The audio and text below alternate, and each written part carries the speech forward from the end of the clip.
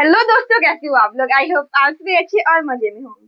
मेरा नाम भारत है। आज की इस वीडियो में हम लोग क्या पढ़ने वाले हैं। आज के इस वीडियो में हम लोग क्लास 11 जूलॉजी का चैप्टर है जिसका नाम है बायोमोलिक्यूल्स। तो देखो, बायोमोलिक्यूल्स में आज एक टॉपिक को कवर करने वाले हैं। उस टॉपिक का क्या नाम है?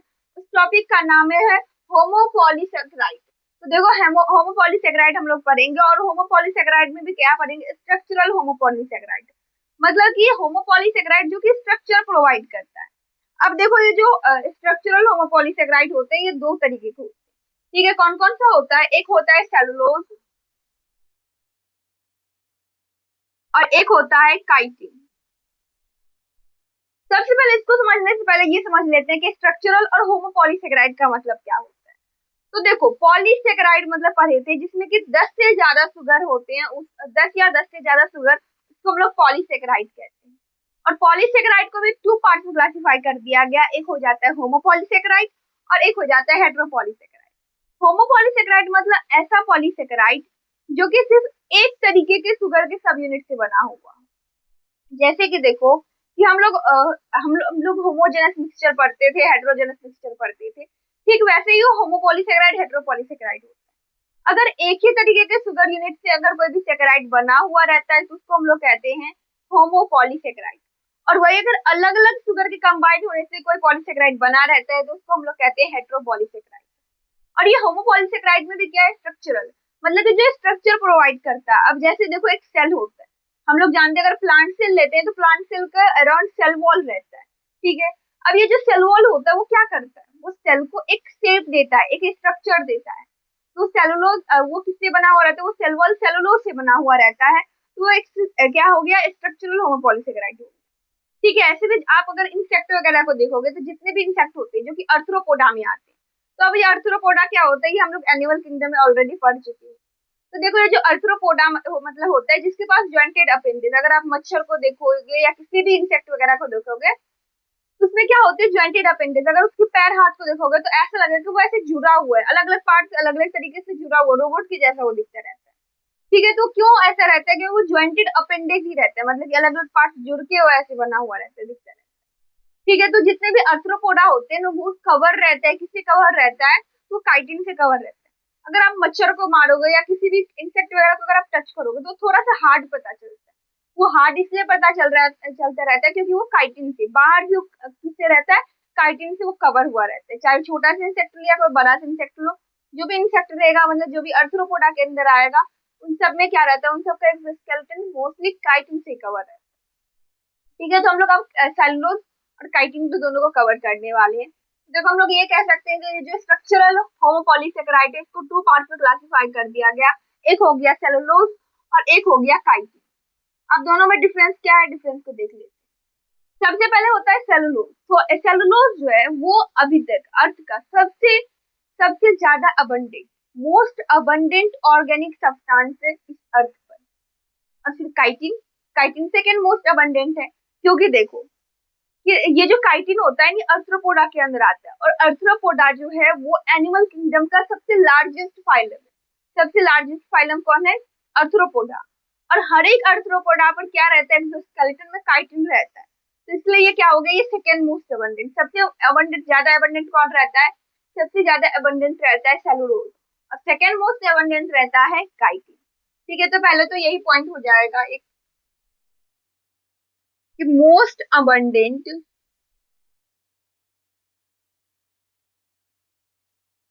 और component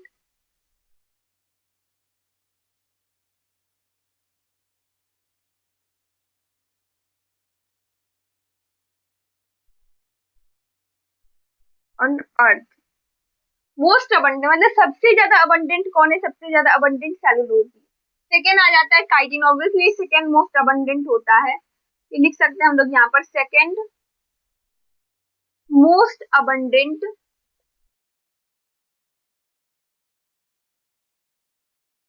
second most abundant organic compound found on earth crust.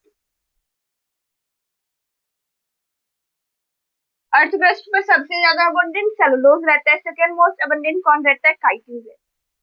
अब देखो ये पाया कहाँ जाता है, अभी मैं जस्ट बताई थी कि ये जो सेलुलोज होता है ये कहाँ पाया जाता है, तो जितने भी प्लांट सेल होते हैं, प्लांट सेल कहने का मतलब ये हुआ कि प्लांट सेल जहां पर भी आएगा इसका मतलब उसका आउटर कवर, एक कवर रहेगा जिसको हम लोग क्या कहते हैं, सेल वॉल कहते हैं। सेल मेम्ब्रेन के बाहर एक कवर रहेगा जिसको हम लोग क्या कहेंगे, सेल वॉल कहेंगे। जितने भी प्लांट सेल रहते हैं उन सब पर सेल वॉल रहता है, और जितने भी सेल वॉल होते हैं वो सारा किससे बना हुआ रहता है, वो सारा सेलुलोज से बना हुआ रहता है।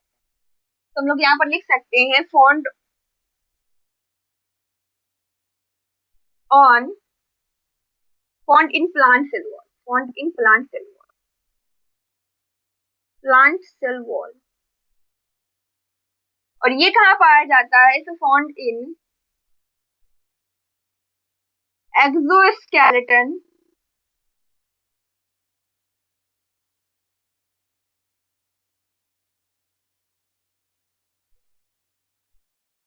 या हम लोग यहाँ पर ये भी लिख सकते हैं आर्थ्रोपोडा।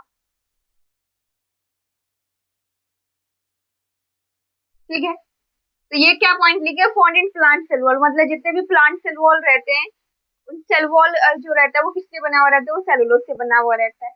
काइटिन कहाँ रहता है, तो काइटिन जितने भी इंसेक्ट रहते हैं उसके एक्सोस्केलेटन बाहर से जो कवर हुई रहती है वो किसका रहता है, वो काइटिन का वो कवर रहता है।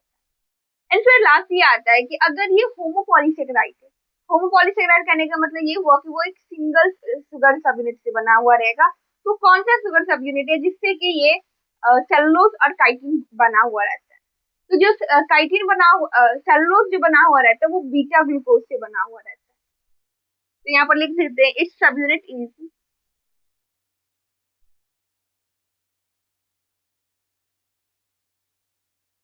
बीटा क्या हो जाएगा, बीटा ग्लूकोज। और ये कैसा स्ट्रक्चर रहता है, तो अनब्रांच्ड स्ट्रक्चर। अनब्रांच्ड कहने का मतलब ये हुआ कि हमेशा ये क्या बनाएगा, alpha 1,4 glycosidic linkage.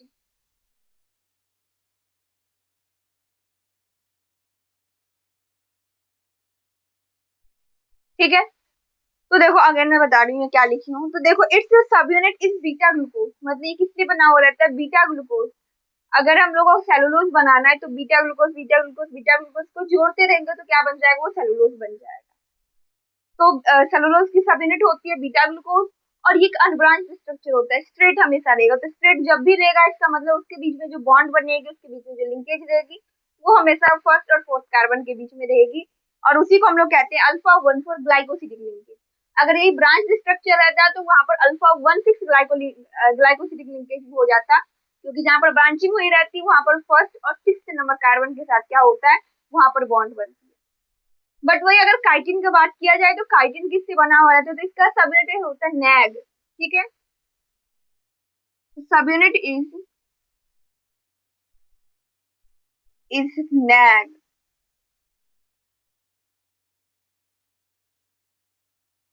Full full form रहता है एन एसिटाइल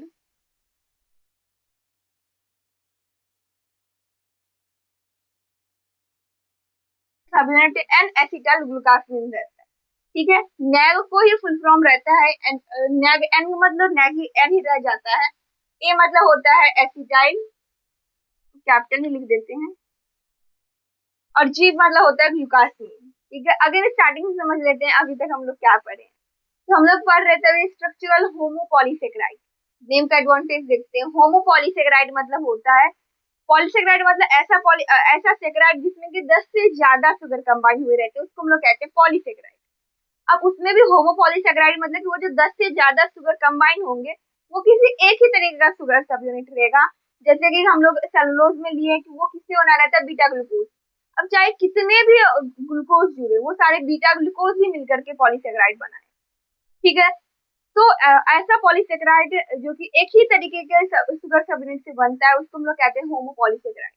और ये क्या प्रोवाइड करता है, ये स्ट्रक्चर प्रोवाइड करता है। एक होता है स्टोरेज होमोपॉलीसेकेराइड, एक होता है स्ट्रक्चरल होमोपॉलीसेकेराइड। स्टोरेज मतलब कि जो स्टोर करते हैं, जैसे हमारे बॉडी में जो फूड रहती है, जो एक्स्ट्रा मटेरियल होता है वो फॉर्म में स्टोर होता है, वो ग्लाइकोजन के फॉर्म में स्टोर होता है, लिवर में स्टोर होता है।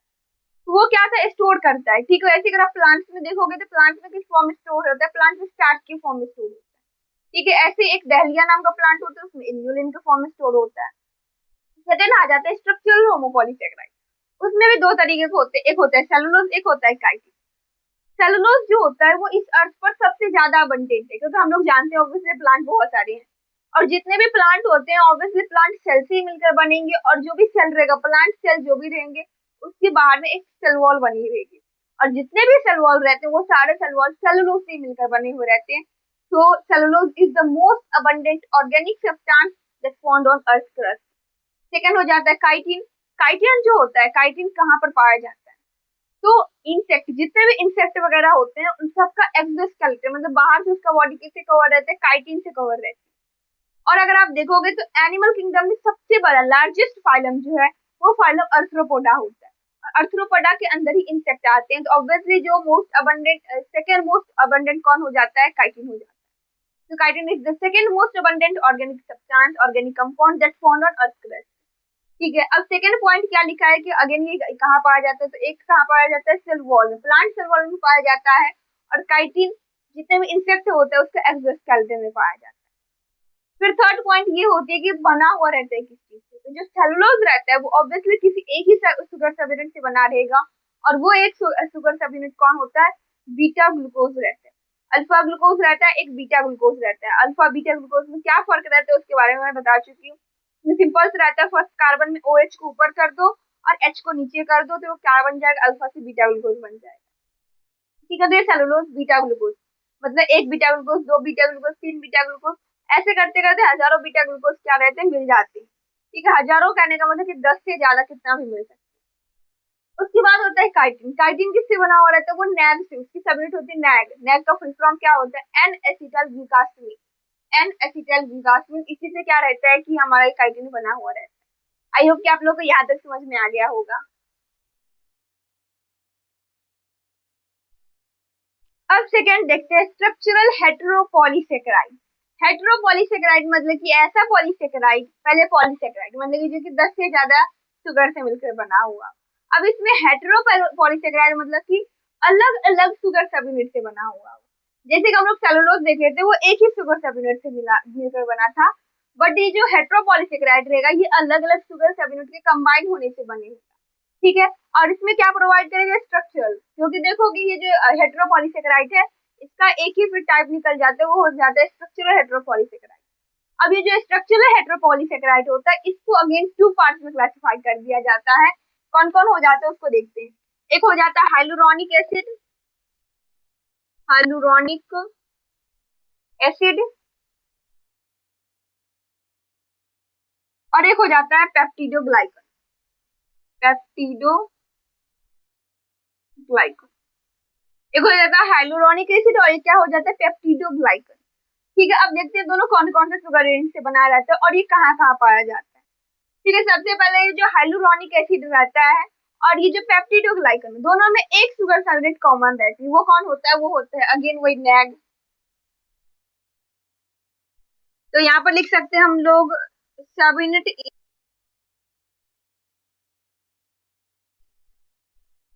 Subunit is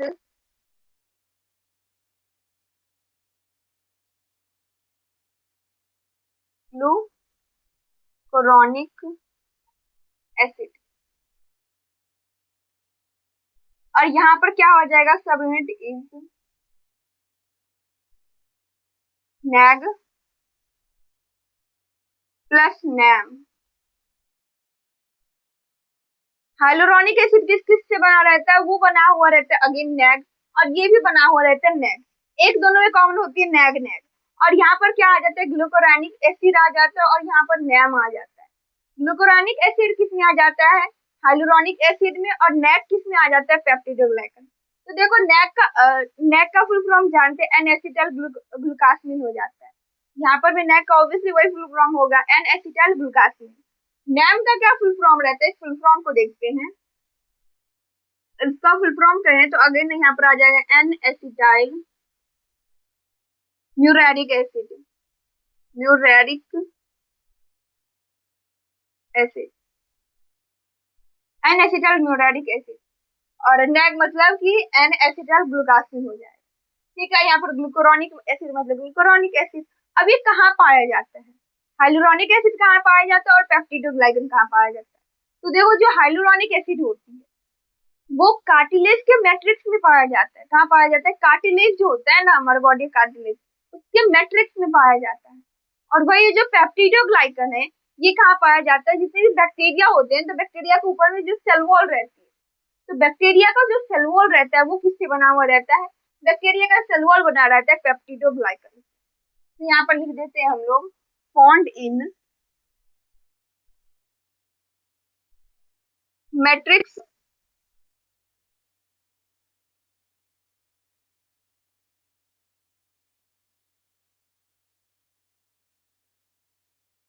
matrix of cartilage.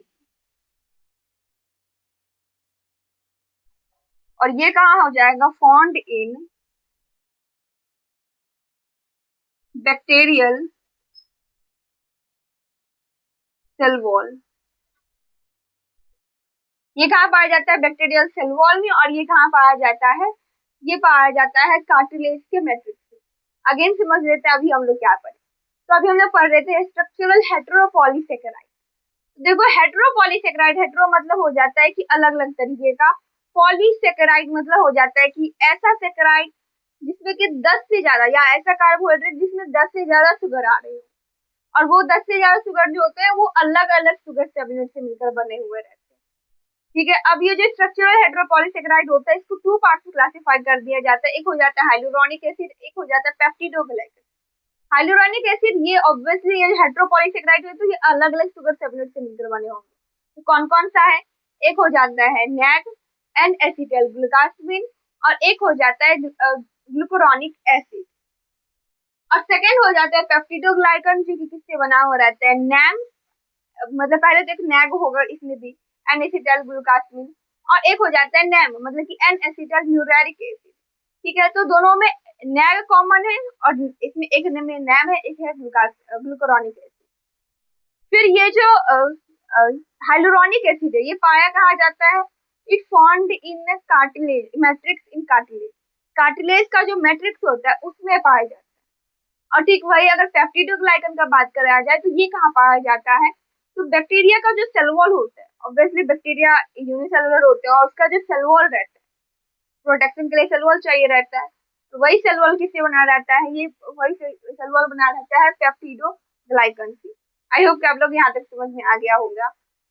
तो आज इस वीडियो में हम लोग क्या पढ़े? आज इस वीडियो में हम लोग स्ट्रक्चर के बारे में पढ़े, स्ट्रक्चरल होमोपॉलीसेकेराइड और स्ट्रक्चरल हेटेरोपॉलीसेकेराइड। दोनों में फर्क क्या था? होमोपॉलीसेकेराइड जो रहेगा वो एक ही तरीके के शुगर सबयूनिट से बना रहेगा, हेटेरोपॉलीसेकेराइड रहेगा वो अलग अलग तरीके के शुगर यूनिट से बना रहेगा। जो स्ट्रक्चरल होमोपॉलीसेकेराइड थी उसमें भी 2 पार्ट थे, और जो स्ट्रक्चरल हेटेरोपॉलीसेकेराइड थे उसमें भी 2 पार्ट। जो होमोपॉलीसेकेराइड था उसमें कौन आ रहा था? सेलुलोज आ रहा था, काइटिन आ रहा था।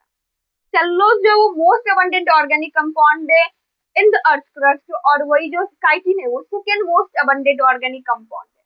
ठीक है। अब पाया कहाँ जाता है? तो ये जो सेलुलोज होता है वो प्लांट की सेल वॉल में पाया जाता है, और काइटिन जितने भी इंसेक्ट होते हैं उसके एक्सोस्केलेटन, मतलब कि बाहर से उसका बॉडी अगर आप टच करो, कभी मच्छर कोई मारो हो गया या किसी भी इंसेक्ट को टच किए होगे, तो हार्ड पता चलता है। हार्ड इसलिए पता चलता है क्योंकि वो बना रहता है काइटिन से, उसका बॉडी बाहर से कवर रहता है काइटिन से। ठीक है। तो अगर आप चाहो कि अगर कभी आप ऐसा सोचो कि हम किसी कॉकरोच का ऑपरेशन कर दे, तो ऑपरेशन नहीं कर पाओगे। क्यों? क्योंकि उसका जो पार्ट टूट जाता है वो दोबारा से जोड़ नहीं सकता। ठीक है। तो किससे बना हुआ रहता है? काइटिन से बना हुआ रहता है। फिर वो जो सेलुलोज होता है उसका वो किससे बना हुआ रहता है? उसका सबयूनिट क्या होता है? तो वो बीटा ग्लूकोज से बना हुआ रहता है। ठीक है। और वही अगर काइटिन का बात किया जाए तो वो नैम से बना रहता है, एनिसिटाइल ग्लूकासमिन से बना हुआ रहता है। तो ये हो गया स्ट्रक्चरल होमोपॉलीसेकेराइड की बात। अब सेकंड आ जाता है स्ट्रक्चरल हेटेरोपॉलीसेकेराइड, जिसमें भी 2 पार्ट हो जाते हैं, hyaluronic acid, peptidoglycan. Hyaluronic acid जो रहता है इसका सबयूनिट कौन हो जाता है? एक तो हो जाता है नैक, और एक हो जाता है ग्लूकुरोनिक एसिड। सेकेंड हो जाता है पेप्टिडोग्लाइकन, इसका अगेन एक सबयूनिट नैग हो जाता है, और नैम हो जाता है एन एसिटाइल म्यूरेरिक एसिड। ठीक है। अब ये जो पेप्टिडोग्लाइकन, पेप्टिडोग्लाइकन कहाँ पाया जाता है? तो पेप्टिडोग्लाइकन जो रहता है वो बैक्टीरिया के सेल वॉल में पाया जाता है। जैसे कि प्लांट के सेल वॉल में सेलुलोज, प्लांट के सेल वॉल सेलुलोज से भी बना रहता है, ठीक वैसे ही बैक्टीरिया का जो सेल वॉल रहता है वो पेप्टिडोग्लाइकन से मिलकर बनाया रहता है। और वही है जो हाइलुरोनिक एसिड है, ये कहाँ पाया जाता है? तो कार्टिलेज का जो मैट्रिक्स होता है, कार्टिलेज का मैट्रिक्स में कौन रहता है? उसमें रहता है हाइलुरोनिक एसिड। आई होप कि आप लोग यहाँ तक समझ में आ गया होगा। तो इसी के साथ हमारे वीडियो होता है खत्म। अगर वीडियो आप लोग को यूज कर रहा होगा तो प्लीज वीडियो कर दीजिएगा एक लाइक और हमारे चैनल कर दीजिएगा सब्सक्राइब। Thanks for watching.